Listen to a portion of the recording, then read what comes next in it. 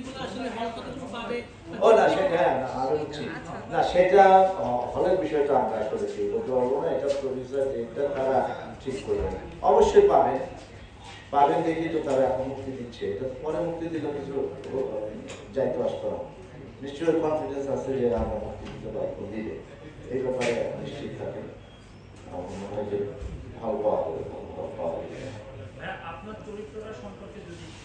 আমরা দেখেছি আপনার সাথে আপনি যে পপ কাজ করেছেন সেই জায়গা থেকে ফারুক আহমেদকে আপনি যেভাবে বলছিলেন যে একটা ছকের মধ্যে ওনাকে ফেলে রেখেছে, সেই ছক থেকে বের হয়ে ফারুক আহমেদ এখানে কি ভিন্নতা দিলেন আসলে এশামার্ডারে ম্যাডামের সাথে, সেটা এটা আমি একটা পুলিশ ওসি, যে এলাকায় মার্ডার হয় সেই এলাকার ওসি থাকি, সে আসে ইনভেস্টিগেশনে, আমার বস তাকে যতটা করা এবং বিভিন্ন জায়গায় যে আমরা ইনভেস্টিগেশনে যাই, আমি নিয়ে যাই, আমার সাথে যাই, যেহেতু আমি চিনি সব জায়গায় যাই, ওই এলাকাটা আমি এরকম একটা চরিত্র করেছি এবং আমি যেহেতু বললাম 40 বছর থিয়েটার করেছি, আর পুলিশের চরিত্র থিয়েটারে করেছি, তো ওইটাই যে এখন করছি তা না, তবে আমি চিনি জানি পুলিশ সম্বন্ধে, আমি চেষ্টা করেছি আমার মতো, এখানে যে খুব হাসির কিছু এই চরিত্রে আছে তা না, দু এক জায়গায় আছে হয়তো, কিন্তু বেসিক্যালি আমি মানে হাসি দুঃখ কান্না বেদনা ভালোবাসা প্রেম প্রীতি আমি এইভাবে কোনো বিশ্বাস করি না, কেন আমি আবার হুমায়ুন আহমেদের স্টুডেন্ট, তো মানে টেলিভিশনের নাটকের ক্ষেত্রে, আর মঞ্চের জন্য আমি আমার আলাদা ডিরেক্টর নির্দেশক ছিল, কিন্তু টেলিভিশনের ক্ষেত্রে হুমায়ুন ভাই এটা বলতেন হিরো হিরোইন নায়ক নায়িকা প্রেমের নাটক হাসির নাটক দম ফাটানো হাসির নাটক এগুলো কিচ্ছু না, তুমি একটা চরিত্র নির্মাণ করবো, সেটা যদি দর্শক মনে করে যে এটা হাসার জায়গা আছে হাসবে, আমাকে কেউ দায়িত্ব দেয় না হাসানের, কেউ দায়িত্ব দেয় না, মনে আমি নিজে বলতে আমাকে কেউ দায়িত্ব দিল, আমি নেবো না দায়িত্ব, আমার দরকার কি ঠেকা পড়ছে না, আমি তো আমি মানুষকে আগাবো, আমার নাটক দেখতে হাসবে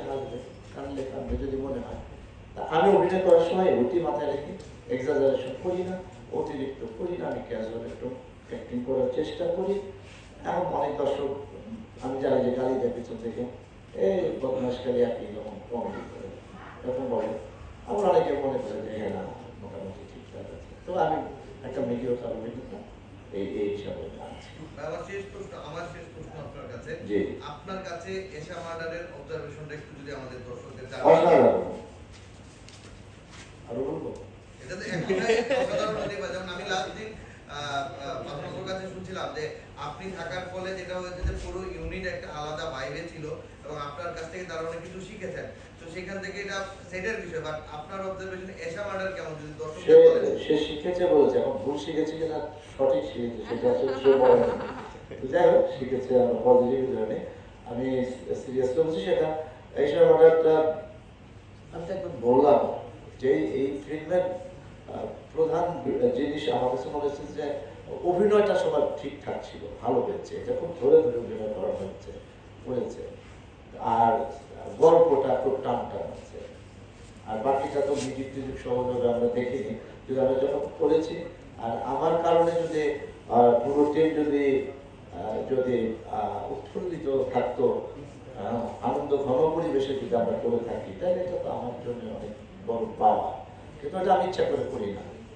ওটা আমার চরিত্র এরকম, সেই হিসেবে আমি করেছি, করি সবসময়, মন ভালো থাকলে একটু বেশি মজা করি, অনেক সময় মন খারাপ থাকে, আমি তো মানুষ, আর তো অনেক সময় একটু মন খারাপ থাকে বা কোনো একটা বিষয় নিয়ে চিন্তা করি, তখন আবার একটু চুপচাপ থাকি, এই আর কি, কিন্তু আমি এগুলো কোনো কিছুই এত চিন্তা করে আমি জীবনে কোনো কাজই করি না, আর আমার কোনো আফসোসও নেই, আমার কোনো চাওয়াও না পাওয়াও না, আমি কাজটা করে যাই। আমি রিসেন্টলি একটা নাটকের নির্দেশনা দেব, মঞ্চ নাটক, ঢাকা থিয়েটার থেকে, আপনারা আমার জন্য একটু দোয়া করবেন, এই ফিল্মের জন্য তো অবশ্যই আপনারা প্রচার করবেন, আর আমার গল্পটা বলি, আমি একটা ঢাকা থিয়েটার থেকে আমি একটা নাটক নির্দেশনা দেব, পরিচালনা বলে না, এটা নির্দেশনা বলে মঞ্চের ক্ষেত্রে, এটা নিয়ে আমি এখন খুবই চিন্তিত, কারণ অনেক বড় বড় কীর্তন খোলা কেরামত মঙ্গল হাত বাজায় জড়িত মন বড় পাংশ চাকা প্রাচ্য মুক্তাসির ফ্যান্টিসি, তো বিশাল বিশাল নাটকে বড় বড় ডিরেক্টররা ডিরেকশন দিয়েছে, তো ওখানে আমাকে দেওয়া হয়েছে দায়িত্ব, আমার জন্য একটু আপনারা দোয়া রাখবেন। যেন আমি সুস্থ থাকি এই